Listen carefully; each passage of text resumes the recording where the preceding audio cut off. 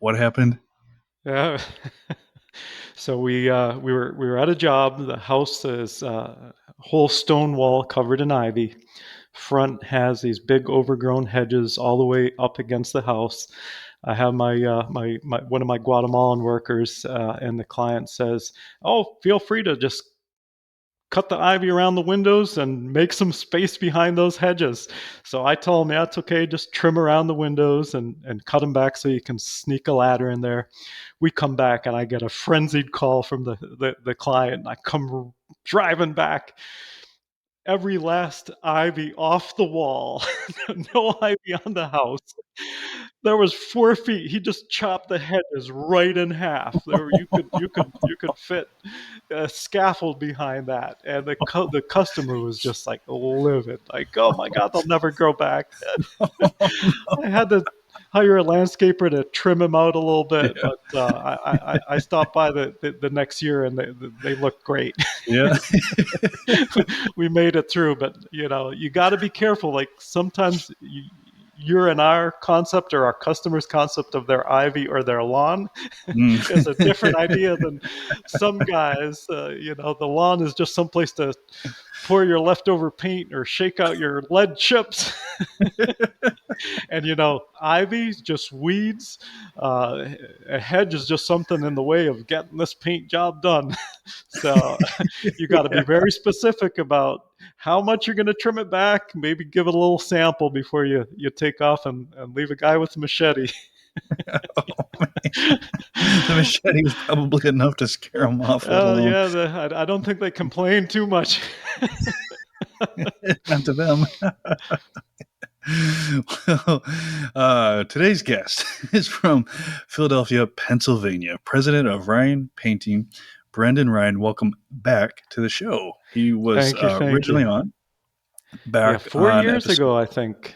yeah, 4 or 5 maybe, back in episode Yeah, eight. four. Eight. Yeah, yeah. Where you shared your awesome startup story, and also coming from being a philosophy and education major to becoming a painting and roofing contractor, Yes. right? Yeah. But let's take it all the way back to childhood, if we could.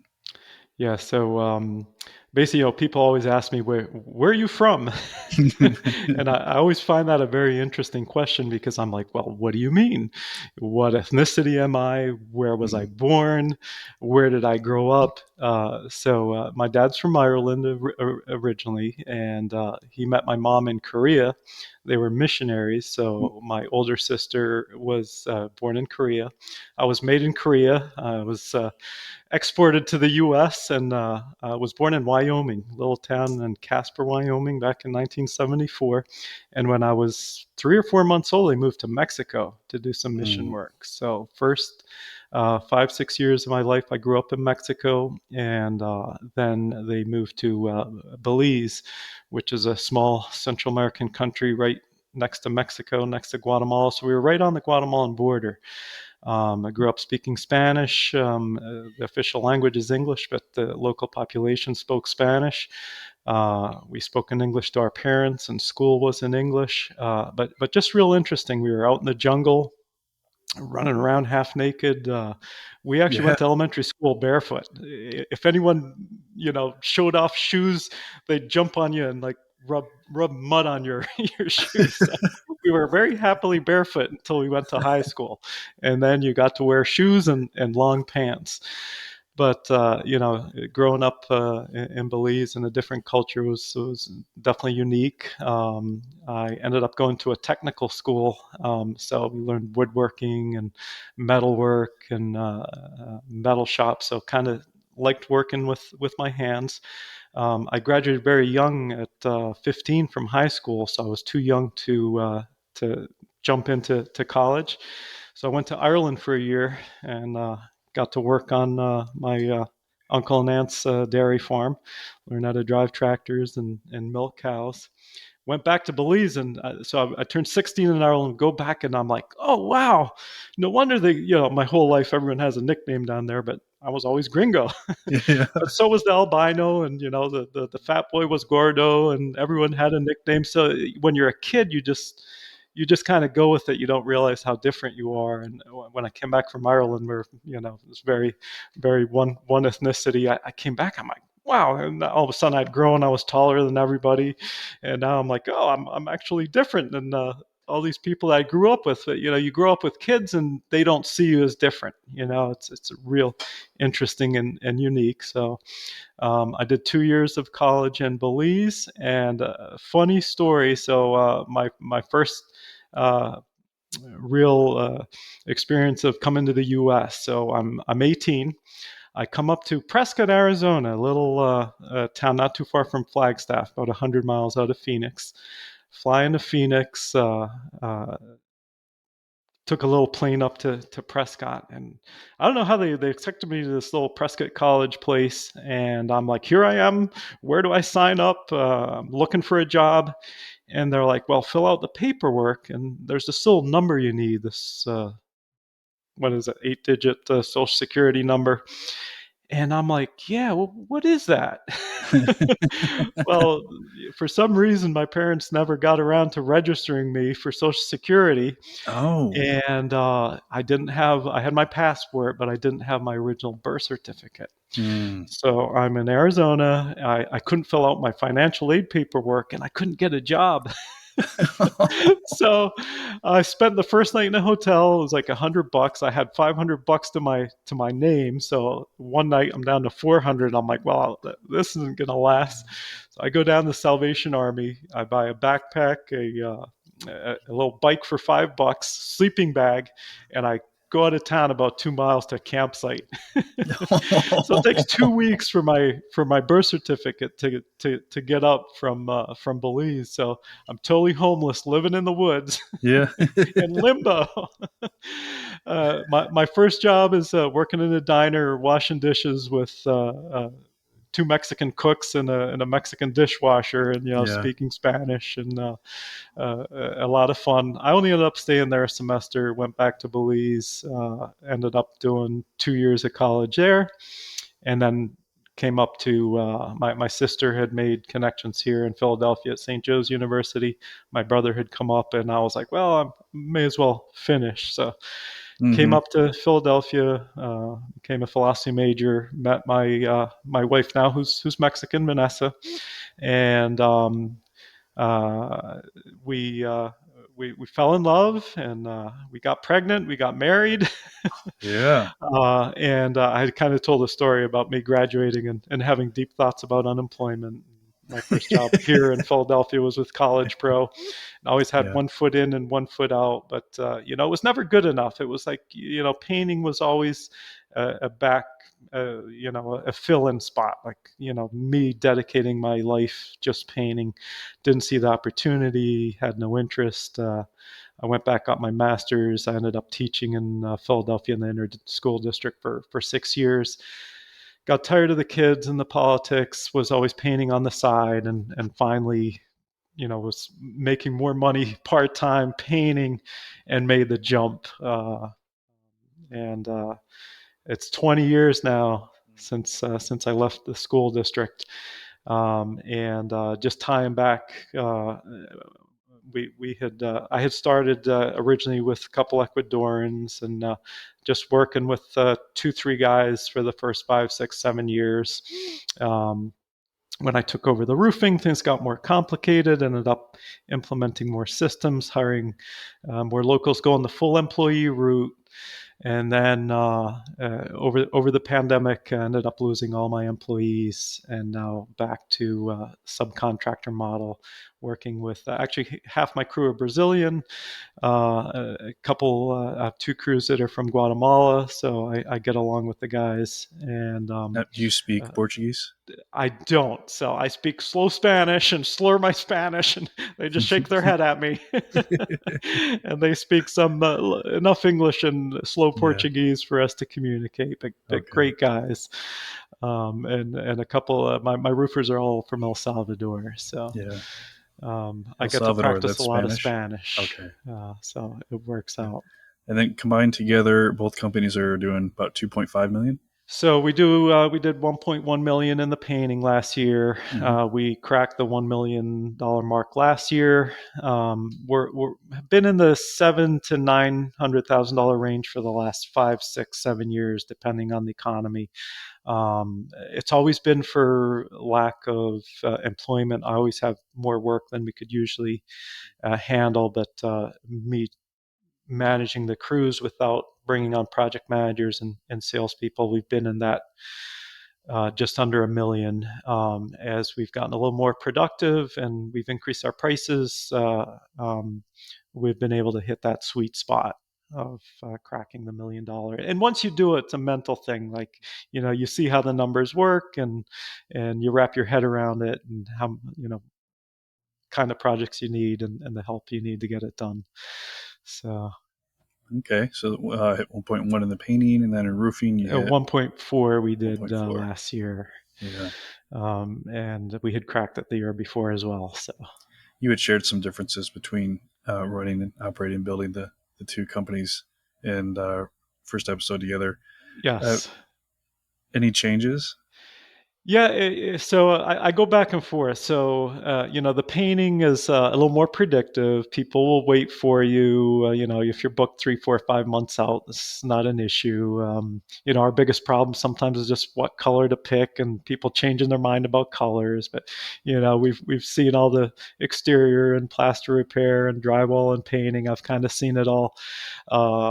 It's a little what used to frustrate me about the painting compared to the issues that we deal with in the roofing. If someone has a leak, it's kind of like plumbing. The first guy out there to plug the leak or come up with a good solution will get the job.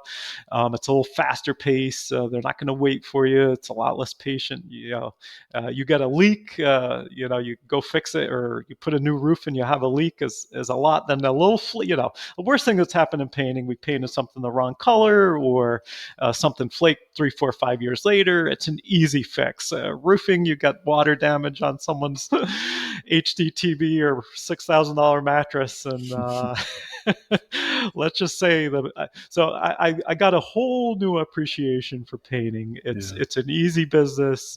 The problems that we deal with are so much more manageable than roofing. The roof is a lot more dangerous, a lot more dirty.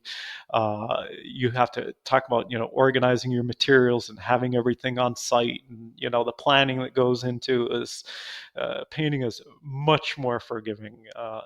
It's interesting. As you get older, you're kind of, I live on that next. There's always I love detective work, so figuring out that leak, where it's coming from. Water goes in all kinds of funny different ways. So you get that challenge of where you can't, 4 other roofers haven't been able to find the leak, and we're out there next door. Brendan is the leak master. Put your captain inspector hat on, and get up there and look around and Hmm. figure out angles and whatnot. But I always ask, if I had to close one, which would it be? And I'm like, Mm, that's a tough one. It's like, I think I'd go back to the painting. yeah. As exciting as the roofing is, it's like it's a Okay. little more predictable, Yeah. Yeah. easy to manage. Is it still now, like in the first episode, you shared how if you think it's hard hiring painters, try hiring roofers. Is that Yes, still yeah, true? yeah, yeah. So, since the pandemic, we lost a lot of our good employees. Um, Labor's been really tight. We were almost 3 months with one employee last year in the painting, so we were really worried about, like, is this the end? And then ended up finding 3 really good crews, so we're back in business. So it's like sometimes you just have to stick with it. You think it's over, you're going to make plans. If you stick in, sometimes you'll just get through that rough patch and come out better. The guys that I have are twice as productive as some of the employees that I lost. But same thing, if we had shut the doors too early, there's no coming Yeah. back. Yeah. It's like, hardships will happen. Yeah. We get so used to everything has to go the right way, and we need the perfect job and the perfect customer. And while that's the goal, Hmm.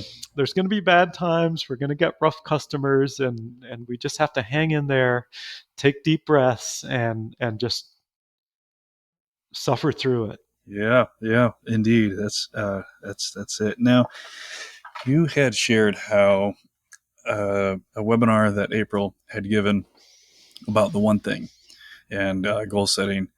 It was something you took to heart. You took action on. You started writing every day, and if I recall, like you didn't do anything for the first few weeks, but you kept writing it every day, right? Um, we still doing it? Yep. So I was just listening to some of the stuff we had talked about, and I had kind of just started there last time. So I think it's just over 4 years ago Yeah. that we did that. And I was talking about, just in the morning, writing down, having your intention for the day, but basic goals, and just writing them down. So it's like, for physical, I was like, I'm going to run a marathon. I'm going to lose this much weight, be this ideal weight. This is how Hmm. much money I'm going to make in each company. So just 12 things, and I was like, it's unbelievable. So 4 years later, and this is -2 because for 2 years there were no marathons Oh yeah, or yeah, races, but I've run 12 marathons in the last so 4 years, but it's only two and a half of them that yeah. we've actually done it. Wow, well done. And I actually still go down to Belize, and the whole family joins us. Both my sisters do the half, and my brother and I do the full. Go for it. But one of the things that I was talking about is Hmm. such a simple strategy of just there's something about writing something down and having an intention, because it's a whirlwind out there. Everyone's competing for your attention. If you don't have a vision and a plan or something guiding you, it's so easy to get lost. So one of the things I've always thought of is like in your head. We say we want to make this much money, we want to lose this much weight, we want to grow so many things, and having the belief until you write it down, you don't see the disconnect. Everyone wants to win the lottery, right? And you look at it, you look at people that win the lottery. It's like, are they better off? Is their life magical after that? They get into so much trouble and Yeah. lose it all within 6 months to a year because they haven't grown into Hmm. that self-belief of what you can actually achieve. So at that time when we were talking, I was saying I run marathons, and I was at that point I was like 200 pounds. I had high cholesterol, wasn't running at all. We were just talking about your running shoes, and Yeah. I had to get special shoes because I was overweight and my Hmm. knees were killing me. But something simple, like writing down like income. Hmm. And back then it was like 250,000 is my income after everything, and just writing that down every day, right? Every Yeah. day, we Um, had been let me stuck around jump the in. 200,000 mark. Yeah. Now, did have anything to do with your upbringing, as far Yeah. as like the vision you had or what you believed was possible, especially when it comes to money? Yeah, so my parents were Catholic growing up, and one of the stories, we grew up very basic, Hmm. not a lot of money, and the message that we always got was like, oh, rich people are, you can't be rich and honest. Hmm. People, they're stealing something from the system. They're taking advantage of people. They're somehow scammers or not good people. So you can't uh, be wealthy and a good person. And that's like a Hmm. message that I got, that I really struggled with growing up. And as a philosophy major, and a little bit of an artist, we have that belief that our work isn't valuable. We're afraid to charge, whether it's hourly for a Hmm. price or that's too much. You start out working at $6 an hour back in the day. Hmm. Now it's up to 15. Then you're like 24, 25. Just seems too high, right? We're ripping this little old lady off. Yeah. So you're just getting your mindset to where, well, what is everyone else charging? Um, uh, what am I actually worth? What is my time and my income, my family, taking care of stuff, and just you know getting past $100,000, or having money in the bank, and feeling guilty, or that it's not good. There's people starving, or somehow it's taking away from someone else. So that's something I really struggled with, and writing that number down and just getting comfortable with it is the same thing, because if you have 100,000 and you think that's all you're worth and you make a little bit more, stuff is going to happen where you're back down and you don't do it. You start paying your guys too much, or you start giving discounts. And one of the problems with the trades is, you get that estimate that's 30,000, and then someone's 20,000, and someone's 5,000, and it's really like, what are they doing? Why the discrepancy? And it's really hard for homeowners too to deal with that. But that little focus takes 10 minutes. I said, during the day. I'm 5 notebooks in 4 years, run that many marathons. I'm back in shape. And I slowly got it up to 300,000. So now, like, I earn 300,000, and it's just like, I remember when I first started in the early mid 2000s, and one of our clients was a fancy lawyer, and he made $300,000 a year. And I was talking with the contractor, and, oh my God, he makes 300,000. Can you believe it? And it was like, I was like the richest person we'd ever worked for, right? Like, Yeah, yeah. wrapping your head around, like, wow. And now it's just like 300,000. Really? That's it? you know? So Yeah. if you can keep your profit margins, that's the other thing, Hmm. you can make a lot of money, but if you're not actually keeping it, there's a little disconnect. So I had talked about the importance of knowing your numbers, but getting comfortable with that self-belief of what you're worth. And Jim Rohn talks about, you have to grow into a bigger, you need to actually believe and be that $1 million person before you're able to be comfortable at that. And I struggle with it. So, growing up, that, it's easier for a camel to pass through an eye of a needle than a rich person to get into heaven. Well, oh my God, I want to go to heaven. How am I going to make this work? So just Mm, changing the belief about money, and it's okay to make money.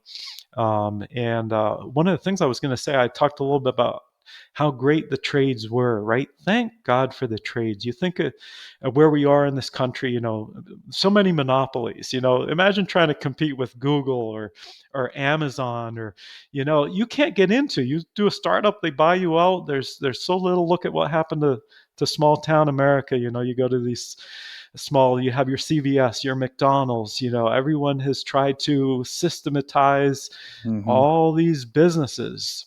And the opportunity for someone that isn't afraid to work hard and work with their hands and do a business and make good money. As much as they've tried to franchise and do stuff, there's just something uh, just solid about the trades where you can go in and make two, three, four, $500,000 without a lot of headache, and just providing a really good service, like just being a good, decent human being. You look at banks or credit card companies that are charging all these crazy interest rates. And I had talked last time about my first job at the loans, and they were giving out loans at 30%. I Ooh, mean, talk about the Bible and usury, right? yeah, and yeah. Oh, and, that's and bad. we talk about ending slavery, but how many of us are not making enough at our, there's not the opportunity in jobs out there. Hmm. And you end up in credit card debt. It took me 15 years to get out of just debt, between the Mm, student loans, credit cards going in. It took such a long time to get out of that, and not understanding the value and the good work and what the opportunity is for painting if you're starting out, guys. And the one thing that I say, like, I'm smart, I think I'm smart, but it's just like I'm so stupid, because I look at a system like, I can do better, I can improve that, I'm going to do this. And like, you're always going contrary to the simple yeah. things that this business can be. Yeah, there's complexity to it. That's good, right? Because if not, we'd have one big uh, Amazon painting company, right, in Yeah. every town. So thank goodness we don't have that. But it's also not that complicated. I'll tell you, painting we can do on 5 things. It's, prep, covering, cleaning, good customer service, providing a great experience, a remarkable experience. It's those basic things that are Hmm. easy to do, and getting the couple systems in place. and going forward in the trades, guys, it's wide open. I mean, all the boomers I talked about, they're halfway through retirement. A lot of them have retired. So you young guys out there, it is wide open. You can make Hmm. more than doctors, lawyers, PhDs, and that's talking from someone that actually taught philosophy for 15 years. I didn't talk about that when 15 of those years I used to teach evening school at LaSalle University here in Mm. Philadelphia. So I kind of uh, get I'm a head guy, but I love working with my hands. So I've always loved that about the trades and painting. You can make it in painting, guys. What I would say if I could go back, don't be smart. Follow the systems, plug into DYB. It's not that complicated, and you can make a great living. Hmm. Right on. Any books recently that have interested you? I've been reading a couple of books. I've been reading Traction by Gino Wickman. He has the other one out that's really a little bit simpler. The Traction goes into whole company culture and implementation, a little bit higher level. Great ideas. I kind of get lost in the ideas. You know, someone like Nick Slavic and Nick May can run with that type of stuff and build incredible culture. I'm a little bit more organic. I like working with the guys, jumping in, growing stuff from the inside out. But just talks about having that vision, working with people that you like, enjoying what you do. Um, that's one of the things that I want to tie back in with my philosophy students. I talk about, when you think about life, there's three main models. We're here to have fun, right? We're here to have pleasure, party, live the good life, take vacations, have a nice car, on the lower end, drugs, alcohol, that type of stuff. Then you have the camp of we're here to learn something. Life is kind of like a Mm. school. You're here to Hmm. learn lessons and grow and become a better person. And then you have people that, well, this is punishment, right? This is kind of like a purgatory where you have to work out your past sins or from original sin, and you get those people, right? Everything's a problem, everything goes wrong, they complain about everything, they get the worst customers, they don't make any money. And just switching that to the painting, I have a little one. That same idea flows with the painting. So, if you like working by yourself and you're kind of artist, you can make great money on your own. But you can do good work, enjoy a beautiful paint job. I know several artists that have worked for me and gone out. They do faux finishes and plaster type work. You can go in, listen to podcasts. I talked about when College Pro got me in because they had that banner, have fun in the sun with your friends. And I'm like, I'm hooked. I got to work outside, listen to the birds with my buddies, and it can get tricky, right? Just the fun stuff, because we used to work with a guy, and you could pop open a beer or two at lunch and kind of get sidetracked. I actually had a crew. I had a couple bad hires 2 years ago, and they were bringing alcohol to work and kind of damaged the crew culture. But as an artist, you can go in, keep it simple, enjoy your life. You can listen to that podcast, that music, have fun by yourself or with a couple of guys. There's some people that can build a team around them and they enjoy the management stuff. Then we have the purgatory, right? Don't go there. Join DYB. You can work your tail off, not spend any time with your family, not make any money, run, get all the horrible customers, not charge enough. And we know that one, right? Oh Right. yeah. Oh Don't do yeah. purgatory. Yeah. Uh, and Hmm. then there's the one you can grow, right? So instead of just listening to music and having a beer at lunch, you can listen to a podcast. Join a support team like DYB, where you can get pointed in the right direction when you're discouraged. It's always great to have someone, right? I'm kind of a personal person. I don't like groups and engaging. I'm not incredibly social. It's hard for me. But when you don't have that support system, when I originally joined DYB was because you're working a lot and you don't have that friend group. And when stuff is happening to you, people don't want to hear about your problems. They don't understand what you're going through with that customer, the difficult client. So learning and growing and building a team and having fun, that's that growth mode. So you can have those, don't do the purgatory, you can have fun, or you can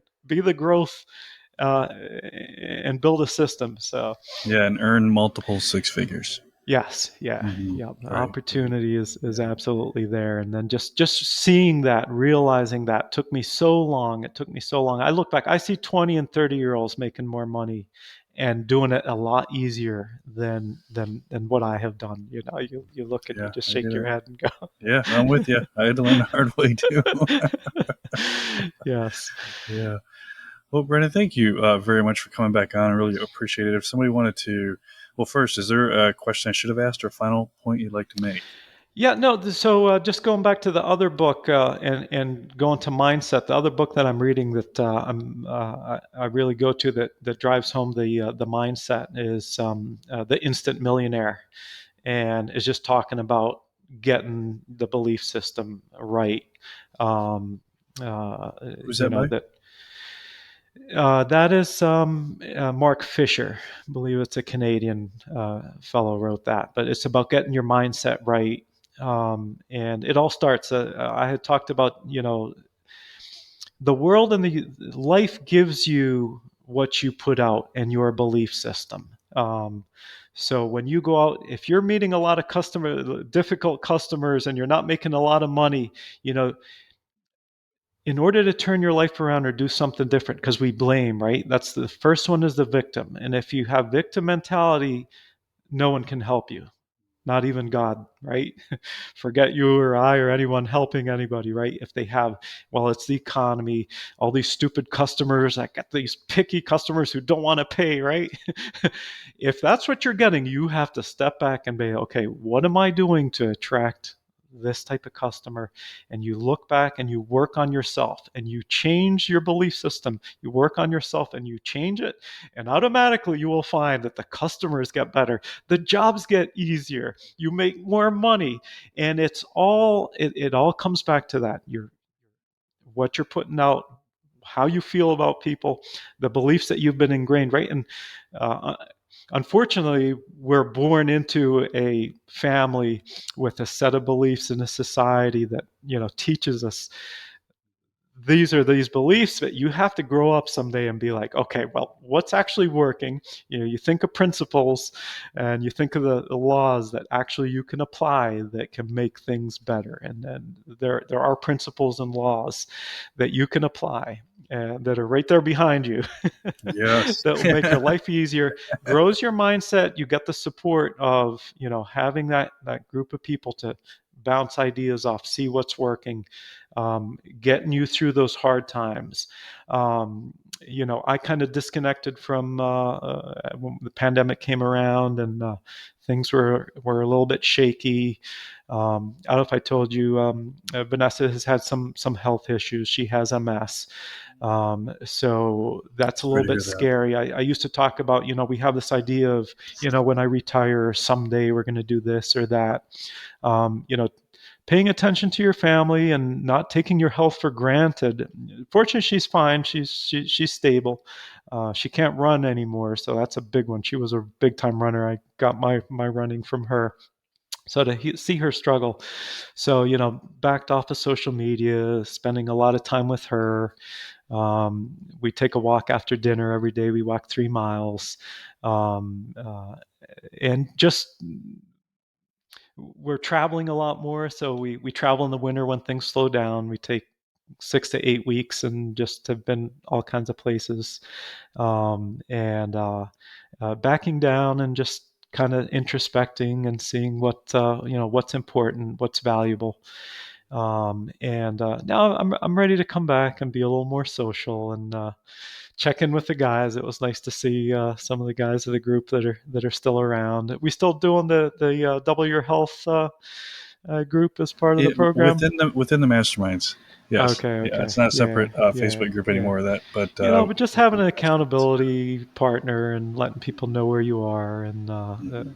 helping each other out. I kind of miss that, and I was like, we've been talking for a while. Like, I got to come back. Right, right. It's been nice, blocking off that I'm kind of trying to. It's so easy to get lost in Mhm. social media and getting carried away with what everybody else is doing. So kind of keeping your focus and setting the parameter of what the intention. Again, back to how can I do this while I keep it.